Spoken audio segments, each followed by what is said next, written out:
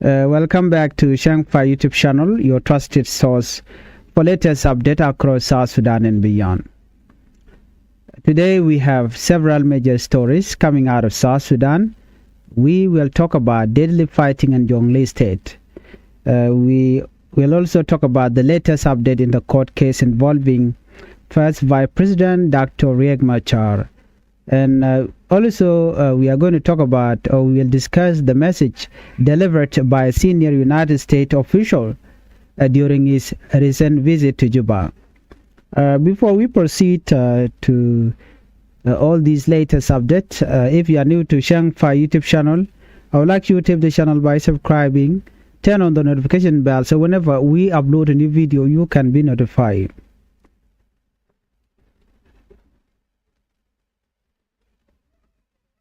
Let's begin our report with deadly clashes in Jonglei state. A report coming from Jonglei state say that more than 12 people are feared dead after fresh fighting broke out between communities in Twitch East County and Duke County. According to local leader, the violence happened around a disputed fishing island known as Ming Island on May 6, 2026. This conflict is not new. For almost 3 years now, communities living in this area have continued fighting over fishing ground and ownership of island along the river. Fishing is very important for local families in Jonglei state. Many people depend on fishing for food and income.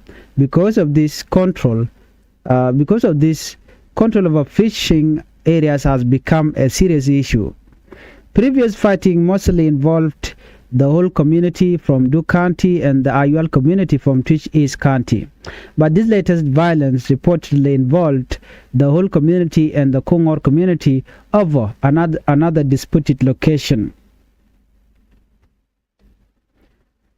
Authorities said communication in the area is very difficult because there is no mobile phone network coverage. The commissioner of Twitch East County, James Magog, say that they only learn about the attack after a wounded survivor arrived on Saturday. According to him, the survivor explained that army attacker came during the night and attacked people staying on the island. The wounded man reportedly escaped while injured by gunfire because he fled quickly to save his life. He could not confirm exactly how many people were killed or missing. According to this report, the commissioner also explained that many families may still be hiding in the bush or near the river because they fear more attack. Security forces and local youth were sent to the area to investigate and search for survivors. At this moment, officials say they still do not know the full number of casualties. Meanwhile, the commissioner of Duke County, John Shatimray, also responded to the report. He said authorities in Duke County only learned about the incident through information from local residents and other reports. He also claimed that Ming Island belonged to Duke County and questioned whether the fighting happened there or in another nearby area called Gogok. This disagreement over land ownership is one of the main reasons why the conflict continues. Both counties believe the fishing area belongs to them. Sadly, civilians continue paying the price. Local civil society groups are now calling on the government to take urgent action before the violence becomes worse. Bol Dengbol, who lead the Jonglei Civil Society Network, say the conflict has already lasted too long. According to him, many lives have been lost over the year while families continue suffering. He say promises made by the state government to solve the problem have not brought real progress. Buldeng also claimed that at least 12 people may have died in the latest attack, while several others are still missing. He warned that the continued violence could create even more humanitarian problem in the area. Many people living in Jonglei state already face challenges like food shortage, flooding, insecurity, and lack of health care. Now, these repeated clashes are making life even harder. Many observers say this situation shows how local conflict over resources can quickly turn deadly when there is no stronger government intervention. Others believe peace talk between communities must happen immediately before more lives are lost. For families in Twitch, East and Duke counties, peace is urgently needed. People want to fish, farm, raise cattle, and live normal life without fear of violence. Unfortunately, many residents now fear revenge attack could happen again. This story continues developing, and we will continue bringing you update as more information becomes available. Let's move on to our second top story. Dr. Machar court case postponed. Now let us move to Juba, where there has been another important development in the ongoing court case involving first Vice President Dr. Machar and several other accused officials. On Monday, judges postponed the trial until May 15, 2026. The reason for the delay was to allow judges and court officials to attend the reception of the body of former Chief Justice Ambrose Reign Thick. The announcement was made during the 76th court session at Freedom Hall. Presiding Judge James Alala Deng informed the court that proceeding could not continue because the judges needed to attend the official reception ceremony.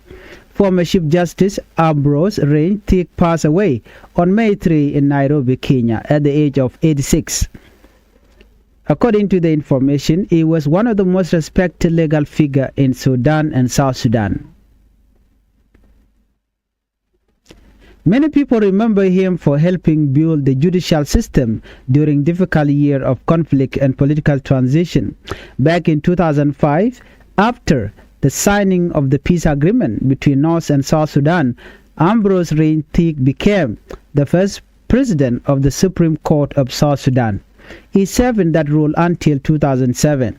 Before that, he worked as Chief Justice for the Judiciary of New Sudan from 1998 to 2005. During those years, he helped establish court and legal system in areas controlled by the Sudan People Liberation Movement during the Civil War. Many legal experts said his work played an important role in shaping South Sudan judiciary. Now, let us return to the Machar case itself. Prosecutors accused force linked to the SPLA-IO and the Y Army militia of attacking a military base in Nasser during March 2025. According to prosecutors, the attack killed 257 SSPDF soldiers, including Commander David Majudak. Authorities also claim military equipment worth about $58 million was destroyed or captured during the attack.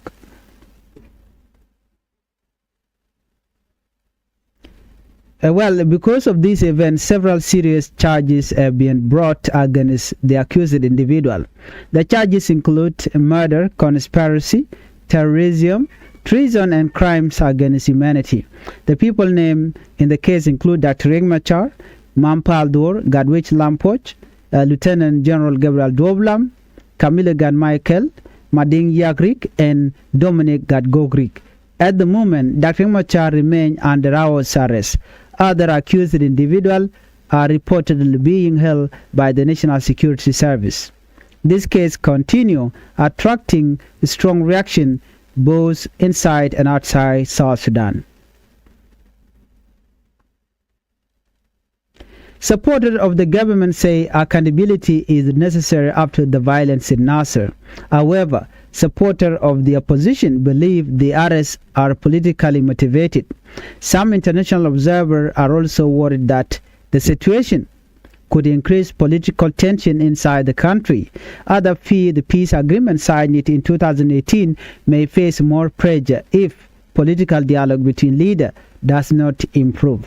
For now, many South Sudanese citizens are closely watching the case and waiting to see what happens next. The next hearing is expected on May 15, 2026, unless there are further delays. Let's move on. U.S. official call for change in South Sudan.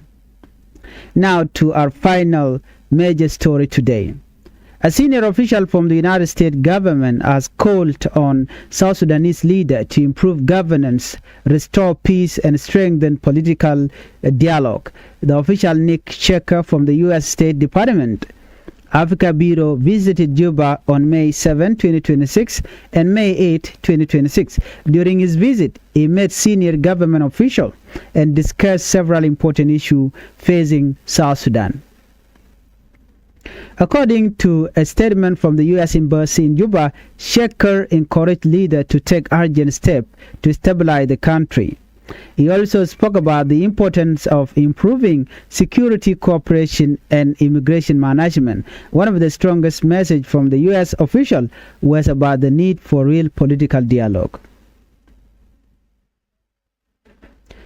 Well, he reportedly questioned claim that dialogue is continuing normally while first Vice President Machar remains under arrest and on trial. According to the statement, Shekhar described such claim as unrealistic. The U.S. official also said that although the 2018 peace agreement has problems, it still remains the legal foundation of the current transitional government. Another major issue raised during the visit was money and governance. The U.S. Embassy say the United States has provided more than $9.5 billion in assistance to South Sudan since independence in 2011. At the same time, South Sudanese leader are reported to have earned more than $25 billion from oil revenue during that same period. Shekhar reportedly criticized what he called repeated cycle of crisis and reform promises. According to the statement, he said authorities have often depended on international support while blocking humanitarian work and delaying reform in the country. According to this report, the U.S. urged leaders to use public money for important services such as salaries, healthcare, education, and humanitarian support. The U.S. official also spoke about the historical goal of the SPLM movement before South Sudan became independent. He said many promises made during the liberation struggle have still not been fully achieved. According to the statement, he argued that poor management of public resources continues hurting ordinary citizens. This visit comes at an important time for South Sudan. The country is under increasing pressure from international partners to prepare for election expected in December 2026 this year. Many donor countries and international organizations want to see progress in implementing the 2018 peace agreement. However, there are still many disagreements between political leaders. Recently, the transitional government approved proposals to amend part of the peace agreement before election. Those proposals were later sent to parliament, but critics argue that the government moved forward without full agreement from opposition groups. International observer and monitoring bodies have also expressed concern. Some fear that changes made without broad political support could create more tension. Others believe South Sudan urgently needs inclusive dialogue involving all political parties. Many citizens across the country are also worried about security conditions ahead of the election. People are asking whether the election can happen peacefully while political tension remains high. At the same time, communities continue facing serious economic hardship. Food prices remain high in many areas. Flooding, insecurity, and displacement continue affecting thousands of families in South Sudan. Many citizens hope leaders will focus more on peace and nationally unity instead of political conflict. For now, the international community continue watching development closely, and many South Sudanese people are hoping their leader can find peaceful solution before tension rise further. Well, if you are new here to Changfied YouTube channel, I would like you to help the channel by subscribing and turn on the notification bell so whenever we upload a new video, you can be notified. Well, those are the major developments making headline today in South Sudan. We discussed the deadly clashes in Jonglei State, the postponement of Dr. Machar court case, and the strong message delivered by senior U.S. official during his visit to Juba. What do you think about this development? Do you believe the government of South Sudan should do more to stop local conflict in Jonglei? What are your thoughts about the Machar trial and the coming election? Let us know your opinion in the comment section below. Thank you for watching. Bye-bye.